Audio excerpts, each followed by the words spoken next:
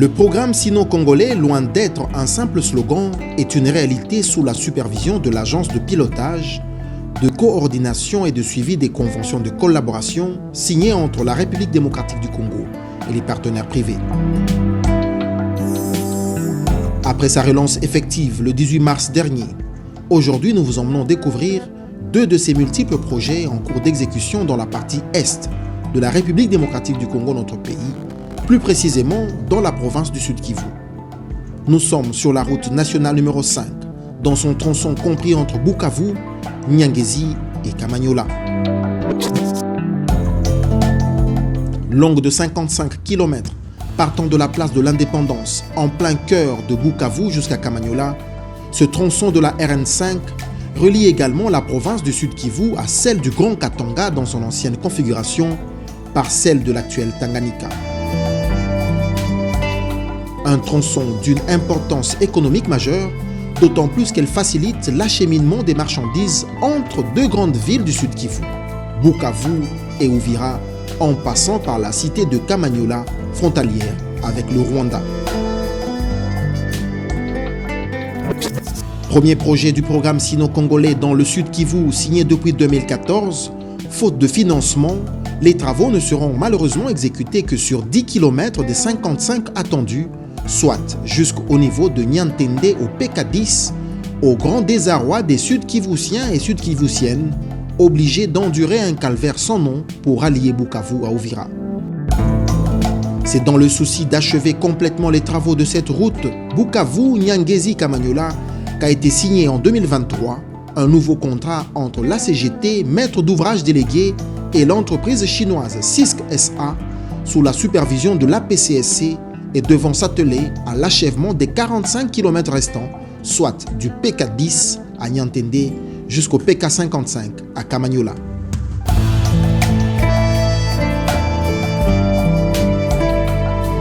Un grand chantier qui figure parmi les premiers projets sur la liste de la Direction générale de l'Agence de pilotage, de coordination et de suivi des conventions de collaboration signées entre la République démocratique du Congo et les partenaires privés que dirige Freddy Yodi Shembo, comme nous l'explique l'ingénieur Grace Chabani Kimberly, chef de mission adjoint de la mission de contrôle et de surveillance des projets du Grand Kivu à la CGT.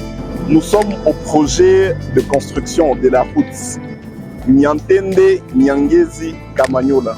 Et tel que vous pouvez le constater, nous sommes ici au PK12 plus 665, c'est-à-dire le point kilométrique 12 665.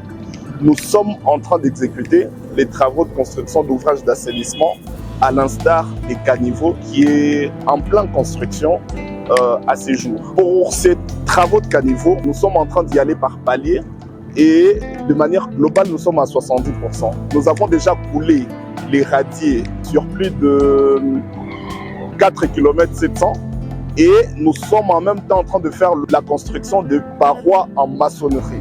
Et donc, ce sont des travaux qui évoluent convenablement et nous allons continuer à évoluer avec rapidité, mais aussi avec qualité. Après les caniveaux, bien entendu, s'en suivra les travaux de couche de fondation. Il y aura des travaux de la couche de base, des travaux de couche de roulement. Donc, c'est plusieurs travaux que nous devons faire concomitamment. On n'a pas encore fini également de protéger les talus. Il y aura également des murs de soutènement qu'il faudra construire, des glissières. Donc, c'est des tas et des tas de travaux qui doivent être faits, mais aussi des passages de bus, des traversées de bus. Tous ces travaux-là doivent être faits. C'est-à-dire, dès qu'on finit les travaux de caniveau, nous commençons par la construction des traversées des bus. Et dès que nous allons finir tout ce qu'il y a comme ouvrage d'assainissement, en même temps, nous serons en train d'attaquer les travaux de couche de fondation, couche de base, couche de roulement et autres. La structure de cette route d'un minimum de 9 mètres de largeur sera constituée d'une couche de plateforme, une couche de fondation de matériaux latéritiques de 20 cm, une couche de base en concasse 0 sur 31,5 de 20 cm et une couche de béton bitumineux de 4 cm d'épaisseur. Démarré depuis le 29 septembre 2023 dernier et suite aux intempéries à Bukavu, notamment la saison des pluies, 5 km de travaux ont été réalisés, soit du PK10 au PK15, travaux qui ont consisté à l'abattage d'arbres avec et sans ensouchement, à la démolition des poteaux de communication et lampadaires, à la démolition des anciennes conduites d'eau, au décapage du sol superficiel, au réglage et compactage de la plateforme, en la construction des murs de protection du talus, à la construction des caniveaux et la fabrication des buses de 100 cm de diamètre, ainsi que des dalles de passage. Notons également que cette route culmine par les escarpements